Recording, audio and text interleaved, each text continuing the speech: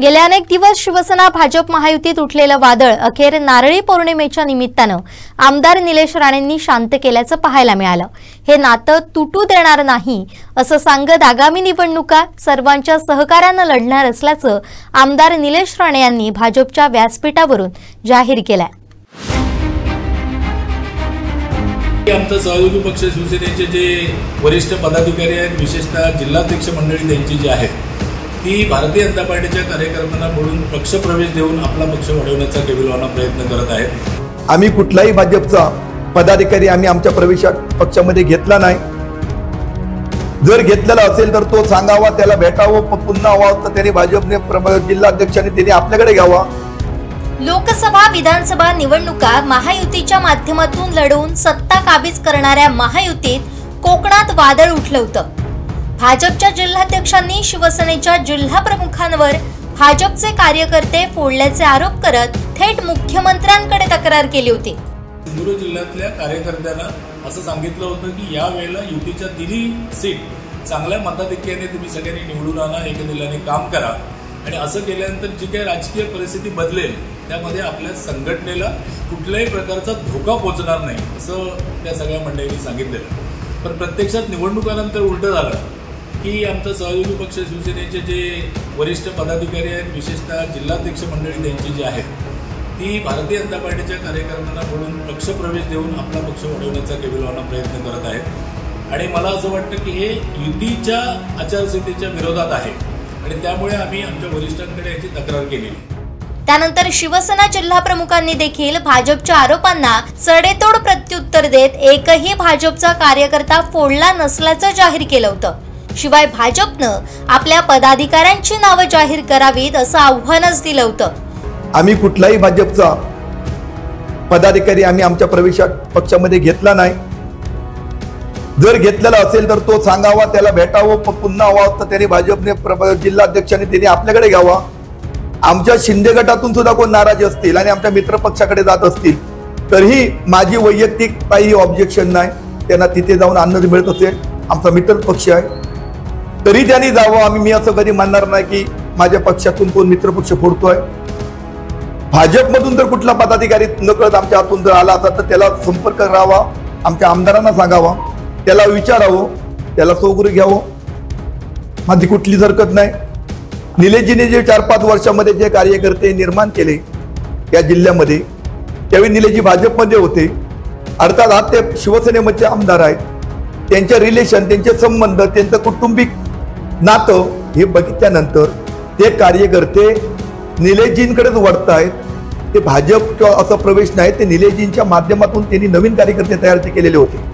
त्या जे निलेशजींच्या स्वभावावरती त्यांची मैत्री होती। शेवटी एखादा माणूस जरी पक्ष म्हटला तर रिलेशन असतात, ते रिलेशन त्यांचे जवळचे असल्यामुळे कदाचित ते थोडंफार होत असेल, पण ते भाजप असं मी म्हणू शकत नाही। कुठलाही बेसिकचा भाजपचा कार्यकर्ता आम्ही हलवलेला नाही। तसं त्यांना वाटत असेल तर त्यांनी यादी ती द्यावी आणि ते पक्ष कार्यकर्त्यांना बोलून घ्यावं। त्यामुळे कोकणातील महायुतीत वादळ उठलं होतं।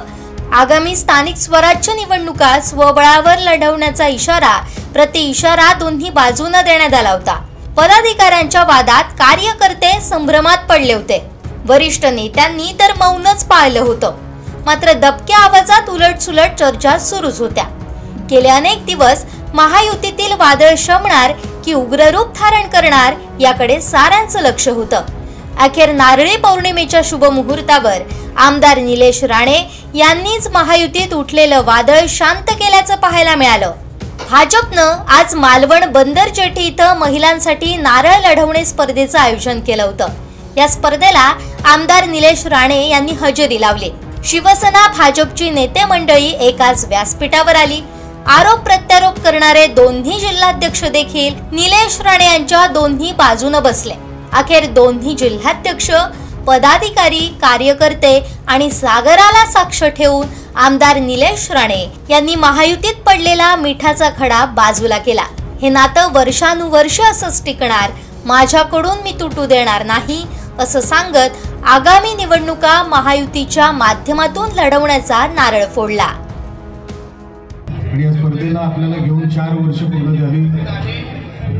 मी आपल्याला मनापासून नारळी पौर्णिमेच्या आणि उद्या रक्षाबंधन या सणाच्या शुभेच्छा देत असताना मागच्या वर्षी जेव्हा मी इकडे आलो होतो तेव्हा आमदार नव्हतो, आज आलो आहे तर आमदार आहे आपल्या सगळ्यांच्या कृपा आशीर्वादामुळे. आणि याच व्यासपीठावरून मला मागच्या वर्षी आपण सगळ्यांनी शुभेच्छा दिल्या होत्या आणि आपल्या सगळ्यांच्या आशीर्वादामुळे मी आज इथे आमदार झालो, ही माझी समज आहे. ते सांगत असताना आज आमदार झाले या नात्याने या सणाचं महत्त्व मालवणमध्ये वेगळं आहे, मच्छीमारांसाठी वेगळं आहे. मच्छीमारांसाठी मी मनापासून शुभेच्छा देत असताना त्यांच्या पुढच्या वाटचालीसाठी शुभेच्छा देतो. आणि मागच्या 6 महिन्यामध्ये आमदार या नात्याने सभागृहामध्ये किंवा सभागृहाच्या बाहेर काम करत असताना मी प्रामुख्याने आणि प्रामाणिकपणाने प्रयत्न केला की आपला कुडाळ मालवणचा मतदारसंघ हा महाराष्ट्रामध्ये कोणाला एक वेगळी ओळख सांगायची गरज पडणार नाही. कुडाळ मालवण सांगितल्यावर मंत्रालयाला कळलंच पाहिजे की इकडे विकास निधी पाठवला पाहिजे. अशा अनुषंगाने मी तिथे सभागृहामध्ये आणि सभागृहाच्या बाहेर कामं केली. या किनारपट्टीला पण मोंडकर साहेब 10 वर्ष किनारपट्टी दुर्लक्षित होती. या 10 वर्षामध्ये आपल्याला सगळ्यांना अभिमान वाटेल की जेव्हा देशात आपल्या राज्याचं बजेट जेव्हा सांगण्यात आलं, प्रस्तुत करण्यात आलं, तेव्हा अर्थमंत्र्यांच्या मुखातून पहिल्या 5 मिनिटांमध्ये जर कुठल्या मतदारसंघाचा उल्लेख झाला असेल तर तो मालवणचा झाला. आणि तो 158 कोटीचा जो विकास निधी आहे आपल्या किनारपट्टीसाठी सन्मान्य अर्थमंत्री अजितदादा पवार यांनी आम्हाला दिला.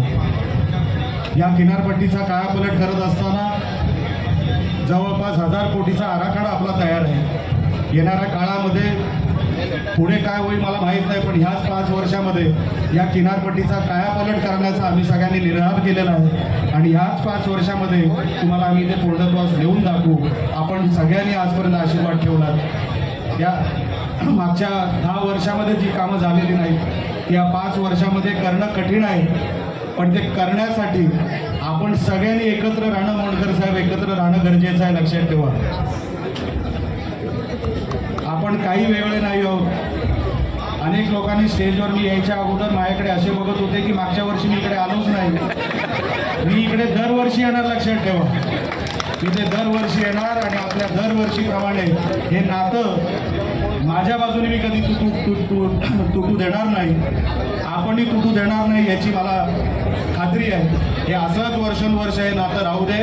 आणि या स्पर्धेमध्ये माझं जे योगदान आहे, जे दरवर्षी मागच्या वर्षी मी जे काय दिलं मोंडकर साहेब, ते यावर्षी तुम्ही माझ्याकडून घ्याल, त्याला तुम्ही नाही म्हणणार नाही ही माझ्या मनामध्ये खात्री आहे. आणि दरवर्षीप्रमाणे आज ज्या वर्षी मी आलो, पुढच्या वर्षांपासून अनेक वर्ष जोपर्यंत ही टुर्नामेंट राहील मला वेगळ्या आमंत्रणाची गरज पडणार नाही असं मी समजतो. तुम्ही आशीर्वाद ठेवलाच आहे, असाच आशीर्वाद वर्षानुवर्ष ठेवा. आणि या स्पर्धेसाठी शुभेच्छा देत असताना येणाऱ्या सगळ्या निवडणुकांसाठी मी आणि माझ्या या सगळ्या व्यासपीठाला मी शुभेच्छा देतो सावंत साहेब, की सगळ्या निवडणुका जसं आपण सागराची आज पूजा केली, आपल्या या सगळ्या निवडणुका चांगल्या सुरळीत निघू द्या आणि आपला सगळ्यांचा आशीर्वाद आम्हाला मिळू द्या. एवढीच फक्त इच्छा या निमित्ताने आपल्यासमोर ठेवतो. आणि परत एकदा नारळी पौर्णिमेच्या आणि आपल्याला उद्याच्या रक्षाबंधनाच्या मनापासून शुभेच्छा देतो आणि इथेच थांबतो.